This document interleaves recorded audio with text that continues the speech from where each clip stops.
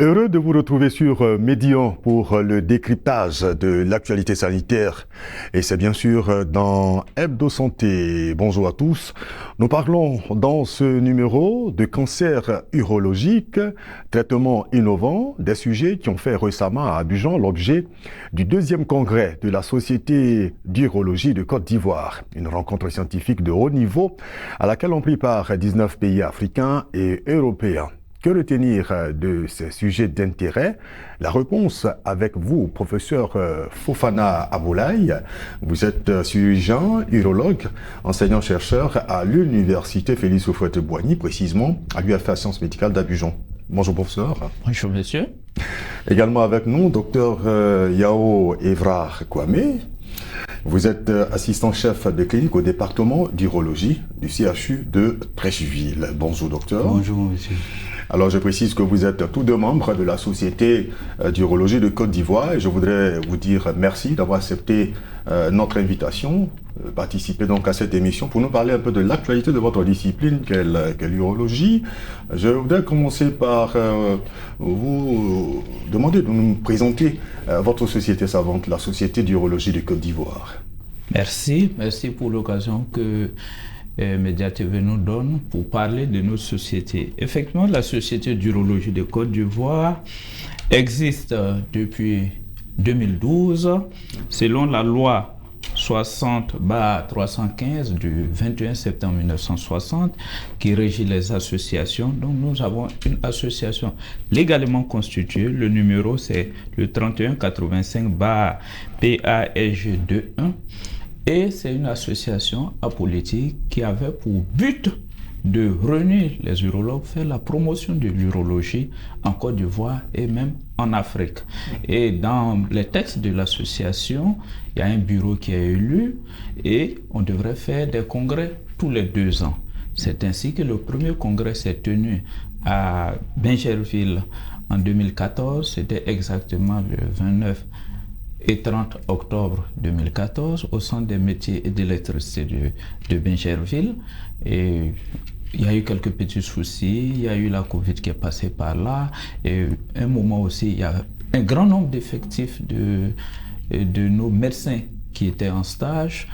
Quand on a pu réunir une bonne crème des crèmes, nous avons décidé de relancer cette association sur laquelle beaucoup de jeunes médecins comptent, beaucoup de jeunes urologues comptent pour faire la promotion de l'urologie en Côte d'Ivoire. Donc là, vous allez organiser la 2e édition de ce congrès 9 ans plus tard. Oui, 9 ans plus tard. 9 ans plus tard. Alors, ce 2e congrès donc, a été donc, guidé par 3 grands thèmes. 3 grands thèmes, on peut citer donc les cancers urologiques, les fistules obstétricales et la chirurgie mini-invasive. Docteur Yao. Oui, merci beaucoup pour le temps de parole que vous nous offrez pour présenter notre activité qui a eu lieu. Donc effectivement, nous avons choisi ces grands thèmes, les cancers en urologie, les fistules obstétricales et la chirurgie mini-invasive, parce que chacun de ces thèmes pose problème. Les cancers en urologie, par exemple, dans notre pratique, font partie de l'essentiel de notre pratique. Chez nous, dans notre service à Treichville, les cancers représentent environ 40% de toutes les maladies urologiques que nous rencontrons. Ensuite, il y a la chirurgie mini-invasive avec toutes les innovations technologiques qu'il y a eu. Il fallait que la société d'urologie et même tous les praticiens se mettent à jour sur un certain nombre de pratiques en chirurgie mini-invasive. On a terminé par les fistules obstétricales parce que c'est dans les pays développés, ce sont des pathologies qui n'existent pratiquement plus. Mais chez nous, en Afrique par exemple, ces pathologies existent. Donc c'était l'occasion pour nous de faire le point de ce qu'on pratiquait, de ce qu'on pratiquait pour ces genres de pathologies-là. Bien sûr, c'était important. Alors, je voudrais qu'on prenne thème par thème. On va commencer donc par les cancers urologiques. D'accord. Alors, quelle est la problématique et je vais dire quelle est la situation de ces cancers urologiques? Très bien, merci. Alors, les cancers urologiques atteignent les sujets souvent d'âge mûr. L'âge mûr, c'est la cinquantaine, c'est la soixantaine. Et vous savez que nous sommes en Afrique. À 50 ans, à 60 ans, on est chef de famille. Et quand le chef de famille est frappé par un cancer, regardez le drame. C'est comme si c'est l'arbre sous lequel va s'abriter toute sa famille qu'on vient de couper précipitamment. Donc ça cause un problème de santé publique, d'organisation de nos sociétés. Alors quels sont ces cancers urologiques? Ces cancers urologiques, c'est le cancer de la prostate qui est le premier cancer urologique. C'est le premier cancer de l'homme de plus de 50 ans et c'est le premier cancer en urologie que nous rencontrons. Docteur Yahou vous l'a dit, il fait 40% à Treichville, mais chez nous-mêmes à Cocody, il fait déjà 60% de nos hospitalisés. Donc c'est vraiment un problème de santé publique et malheureusement, il est diagnostiqué tard. Donc nous avons voulu parler de ce thème pour inciter la population, pour sensibiliser d'abord nos collègues et inciter la population pour surtout un dépistage précoce. Dès qu'il est dépisté précocement, au stade localisé, comme on le dit, on peut guérir du cancer et puis la famille aura toujours un baobab et les enfants peuvent être à l'ombre de ce baobab. D'accord, alors je voulais revenir à la prévalence. Il y a eu pas mal de pays africains qui ont participé à ce congrès. Vous avez donné donc la prévalence de la Côte d'Ivoire et contrairement donc aux autres pays, est-ce que c'est plus alarmant la Côte d'Ivoire? C'est pas plus alarmant que la Côte d'Ivoire, à part les pays maghrébiens, parce qu'il y avait la Tunisie qui était là, et le Mali qui le place en deuxième position. Sinon, dans le monde, on a un registre international qui recense les cancers dans le monde qu'on appelle Globocam. Dans le monde, c'est le cancer de la prostate qui est le premier cancer en urologie. Et dans pas mal de pays, à part le Mali et les pays maghrébiens où c'est la tumeur de vessie, c'est le premier cancer urologique qui est le cancer de la prostate. Et vraiment, tous les sujets à partir de 60 ans sont des cas potentiels. Alors qu'est-ce qu'on retient donc des différentes communications sur ces cancers urologiques? Parlons justement de la prise en charge. Avant de parler de prise en charge, je pense que la prise en charge est toujours coûteuse. Et pour l'individu, pour la famille et pour le pays. Nous, on voudrait plutôt mettre l'accent sur le dépistage. D'accord. Au moment où on ne sent aucun signe, dès qu'on a 45 ans, il faut aller consulter l'urologue une fois par an. Il vous fera un examen complet, il vous posera des questions et il fera 2 examens. Un examen de sang, notamment le dosage du PSA et une échographie. Il fera un bilan de cet examen de sang et vous déclarera si vous n'avez rien ou si vous avez quelque chose. Mais si vous n'avez rien, chaque année, vous devez passer voir un urologue de telle sorte que on puisse détecter les cancers à temps et guérir. Sinon, les thèmes dont nous avons discuté, il y avait beaucoup de cancers de la prostate, mais c'était des cancers déjà au stade avancé. Au stade avancé, ça fait appel à d'autres traitements, mais cela nous a interpellés. On dit que c'est mieux de sensibiliser notre population pour un dépistage précoce afin de les plutôt guérir. Que d'arriver à des traitements onéreux qui coûtent cher. Qui coûtent cher pour tout le monde, et pour l'individu et pour le pays. Oui, voilà. Bien sûr. Alors, en termes de traitements innovants? En termes de traitements innovants, il y a beaucoup de traitements qui existent. Quand c'est détecté tôt, effectivement, on vous enlève la prostate par 2 moyens. Soit on vous fait une chirurgie classique que tout le monde connaît pour vous enlever la prostate, soit on vous fait une chirurgie mini-invasive, ce que vous appelez communément laser, c'est pas du laser, c'est-à-dire ce que nous appelons la celluliochirurgie ou la chirurgie robot assistée qui malheureusement n'est pas encore arrivée ici. On vous enlève la prostate et vous êtes guéri. Ça c'est le premier cas quand on vous a détecté tôt. Mais quand on ne vous a pas détecté tôt, là ça veut dire que ça devient comme une maladie chronique. Vous devrez mourir avec cette maladie. Donc le traitement que nous apportons, c'est juste pour freiner l'évolution de cette maladie. Et en termes d'innovation, il y a l'hormonothérapie, c'est-à-dire on donne un traitement pour éviter la croissance rapide des cellules cancéreuses. Mais cette hormonothérapie a fait appel de nos jours à de nouveaux médicaments que nous appelons hormonothérapie de 2e ligne, qui est Je ne sais pas si je peux donner le nom. Bon, si le nom n'est pas trop... D'accord. D'accord.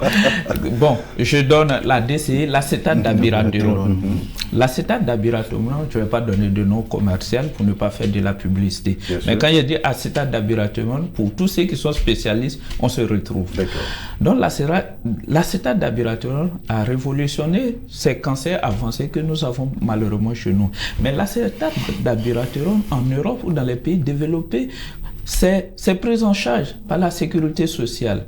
Mais chez nous ici, si vous devez payer l'acétate d'abiraterone, même pour des génériques, c'est au moins 500 000 francs CFA. Or, il faut payer d'autres médicaments. Est-ce que c'est à la bourse de tous les... 500 000 pour le mois. Oui, 500 000 pour le mois. Pour le mois? Oui. Est-ce que c'est à la bourse de l'Ivoirien moyen que nous sommes? C'est pas évident. C'est pas évident. D'accord. Donc, c'est mieux de dépister tôt. Tôt. On vous guérit et puis on se croise dans la cour, partout, à la plage, pour discuter. Ah, c'est le docteur qui m'a guéri. Bien sûr. Et nous sommes contents. D'accord. Alors, nous allons voir donc le deuxième thème assez important également. Là, ça sera toujours avec vous, professeur. La chirurgie mini-invasive. D'accord. Dans votre argumentaire tout à l'heure, parlant donc des cancers urologiques, vous avez fait allusion à la chirurgie mini-invasive.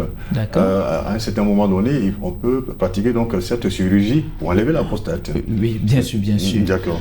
Alors, qu'est-ce qui a été dit à ce sujet au niveau donc de la chirurgie invasive? Au niveau de la chirurgie mini-invasive, ce ne sont pas les compétences qui manquent en Côte d'Ivoire. On a déjà des ressources humaines. Il faut le matériel.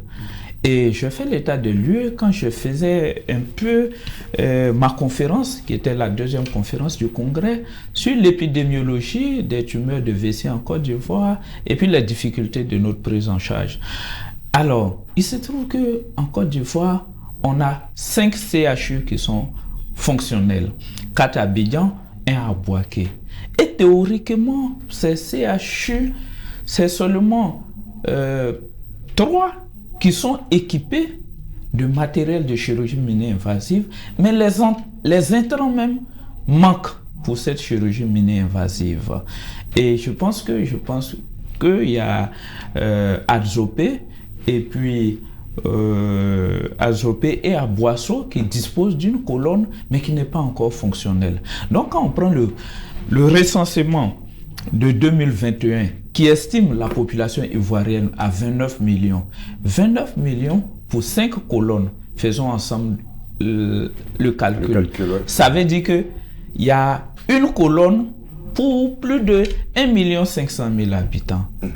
Non, c'est énorme. Non, si on a 5 colonnes, on a 29 millions, ça fait 5 millions. Voilà, pour 5 millions, voilà. On a une colonne pour 5 millions d'habitants. Ouais. Non. Quel que soit le maintenancier, quel que soit, ça ne peut pas marcher comme ça. Nous pensons que dans toutes les régions, au moins, pour un début, il devrait y avoir une colonne. Nous avons la formation des spécialistes que nous faisons depuis 2015 et nous avons déjà assez de personnel à affecter dans toutes les régions de la Côte d'Ivoire. Donc s'il y a des colonnes dans toutes les régions, ils pourront pratiquer cette chirurgie mini-invasive sous nos supervisions. Les patients qui viendront pour des cas simples, ils pourront les traiter dans leur région et la population ivoirienne sera en bonne santé et cela va participer à l'économie du pays. Parce que pour de bons résultats, il faut être en bonne santé, quel que soit le domaine. D'accord. Donc je veux dire que cette chirurgie mini-invasive peut se pratiquer partout. Partout. Si on a le matériel. On a le matériel. Voilà. Qui sont ces colonnes. D'endoscopie. D'endoscopie. Voilà. D'accord. Et la Côte d'Ivoire est mieux nantie que les autres pays ou pas? La Côte d'Ivoire, en matière de chirurgie mini-invasive, j'ai été frappé par quelque chose quand en 2017, j'ai fait un tour au Mali. J'étais frappé du fait que, sans insulter les Maliens, et que je salue, j'ai beaucoup d'amis au Mali, de voir qu'il n'y avait plus de colonnes d'endoscopie au Mali en 2017 qu'en Côte d'Ivoire. En 2017? En 2017. D'accord. Quand j'étais au congrès de Malien d'urologie, qu'ils appellent AMU, j'étais frappé de voir que là-bas, ils appellent ça des cercles. À Mopti, ils avaient une colonne. À Sikasso, ils avaient une colonne. À Bamako, ils avaient une colonne. À Kayes, ils avaient une colonne. Et j'étais frappé de voir que dans toutes les régions, c'est vrai que le Mali est très grand, ils avaient des colonnes d'endoscopie. Ce contraste m'a en tout cas attiré. Et même en 2016, quand j'étais au Burkina, j'étais étonné de voir qu'au CHU de Yalgado, qui est un peu le centre, ils avaient une colonne.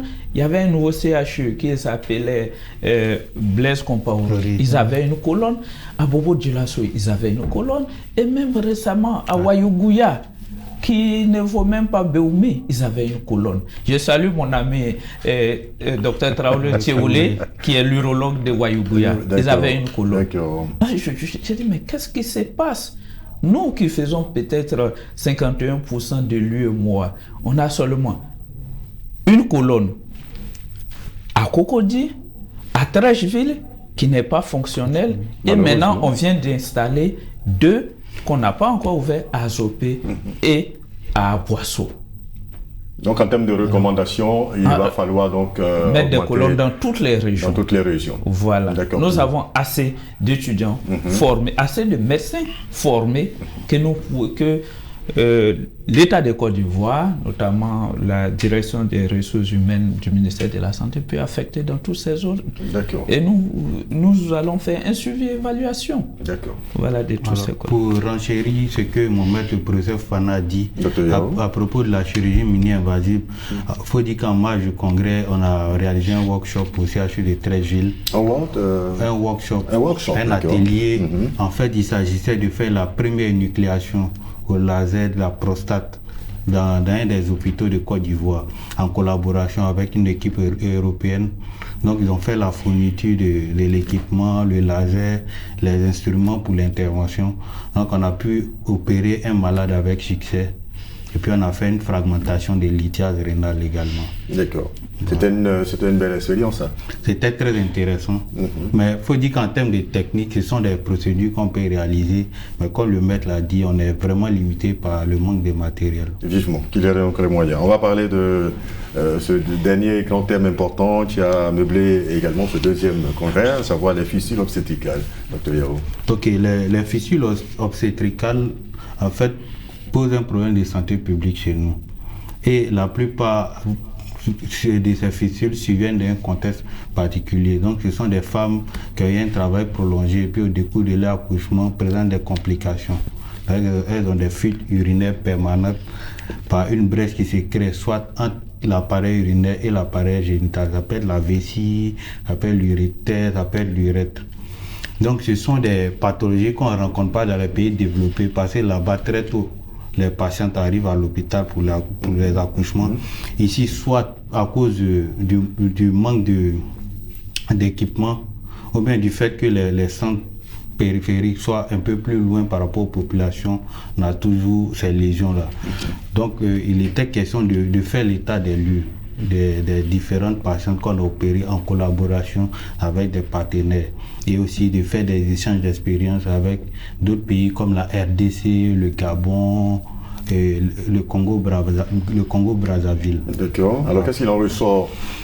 Alors, en termes d'abord c'était de faire le bilan. Donc en termes de bilan, on va dire chaque pays a fait le point. Et puis en termes de pratique, on a essayé de revisiter certaines techniques opératoires. On a fait le partage d'expérience. Donc, dans notre pratique, je pense avec toutes ces idées qu'on a échangées, on va essayer d'améliorer les choses et même le pronostic de ces patientes. Donc, voilà. D'accord. Oui, pour ça, oui, merci. Concernant les fistules, effectivement, ça aussi, c'est un gros souci. C'est une femme qui est en bonne santé, qui est enceinte, qui va donner vie et puis qui ressort avec une maladie. C'est pas intéressant. Alors, qu'est-ce que nous avons? Nous voyons que selon nos chiffres actuels, il y a 700 000 fistules par an en Côte d'Ivoire. Et les fistules, comme Dr Yao vous avez dit 700 700 000. Il n'a pas dit 700.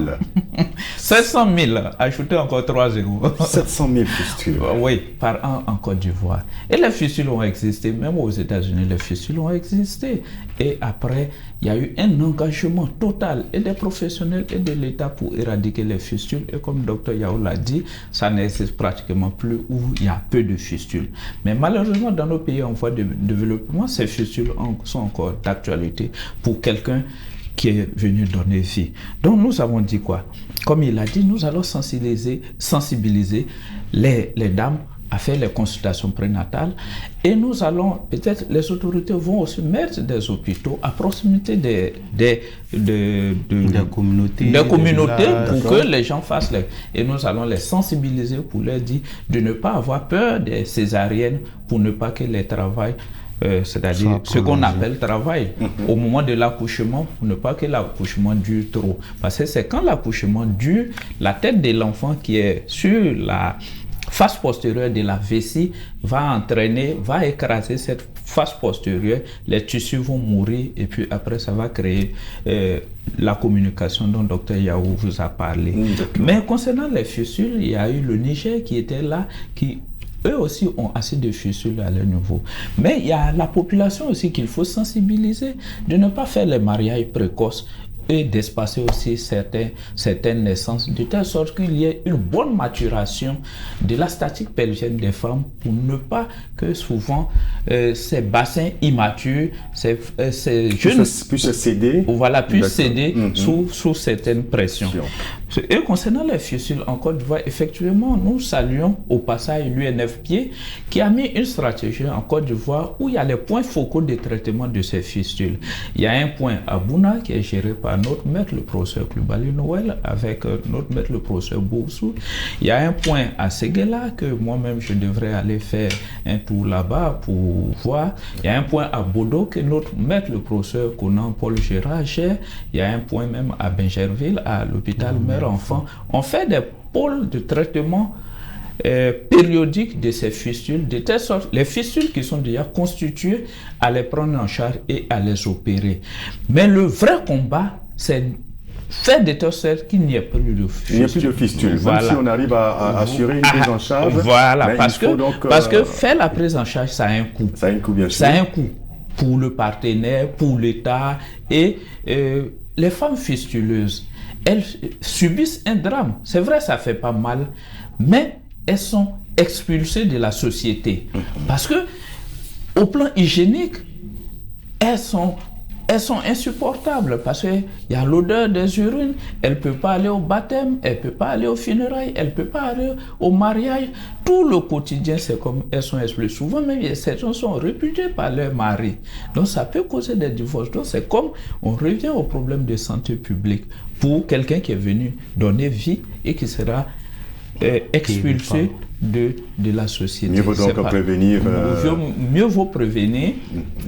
Les consultations prénatales à temps, donc ça veut dire beaucoup de centres de santé, et aux femmes aussi, peut-être à certaines populations, on va demander de ne pas faire les mariages précoces, et on va dire à certains de nos mamans, si le docteur décide de vous opérer, de vous faire une césarienne, acceptez.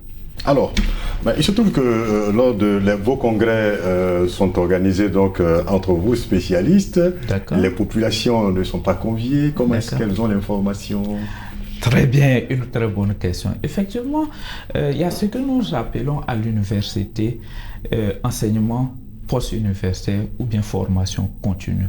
Même moi qui suis là, maître de conférences agrégé, je ne suis pas encore professeur titulaire, j'ai besoin de formation. Même les professeurs titulaires ont besoin de formation.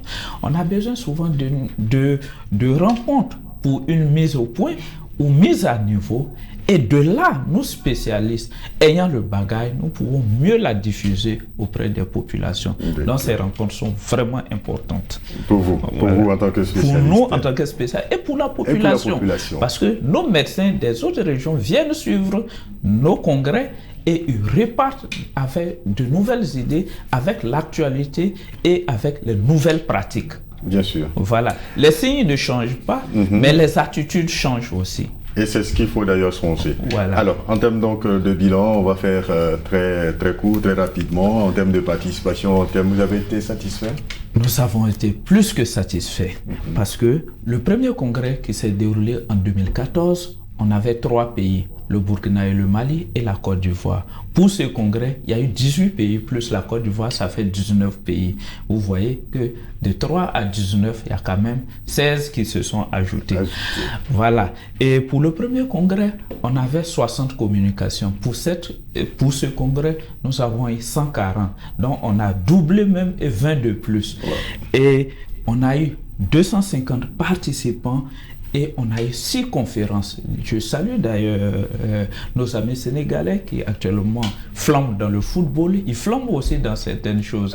Il y a le professeur Maguey que je voulais ici saluer, qui coordonne la prise en charge des fistules même en Afrique. Nous avons pu le faire, nous l'avons fait venir à ce congrès. Et le reste de tout le congrès, on a eu des échanges fructueux avec lui. On a fait venir des spécialistes du Maghreb et de la Pologne. Je salue le professeur Nuera de la Tunisie qui est venu, qui en termes de chirurgie mini-invasive ont un peu plus d'expérience parce que là aussi l'immunité voudrait qu'on reconnaisse notre plan. Ils ont un peu plus d'expérience qu'on nous. Ils nous ont fait partager leur expérience et ils nous ont dit si vous voulez avancer, c'est comme ça nous on a fait pour arriver jusqu'à là. Et je pense que 19 pays, 250 participants, 140 communications, 6 conférences faites par la crème des crèmes, nous sommes satisfaits. Et vous les médias, vous étiez là, vous avez montré notre congrès à la population. On voulait aussi vous remercier pour votre participation. En tout cas, merci à vous, professeur. On aura l'occasion de vous recevoir ici sur ce plateau. Nous avons fait donc le bilan de ce 2e congrès. Mais on sera heureux de vous retrouver pour revenir sur ces thèmes, certainement spécifiquement sur les fistules, sur les cancers urologiques, pour sensibiliser les populations donc à travers Médian. On sera donc très heureux de vous compter parmi nous, docteur Yao Evrard Kwame. Merci infiniment. Je rappelle que vous êtes assistant chef de clinique au département d'urologie du CHU de Treichville, c'est en Côte d'Ivoire. Et encore merci à vous, professeur Fofana Aboulaye. Vous êtes chirurgien urologue, enseignant-chercheur à l'université Vélez-Soufouette-Boigny, précisément donc à l'UFR Sciences Médicales d'Abidjan. C'est tout pour ce numéro. Merci à l'équipe de réalisation et surtout à vous. Je vous donne rendez-vous très bientôt pour un autre numéro, toujours sur Média.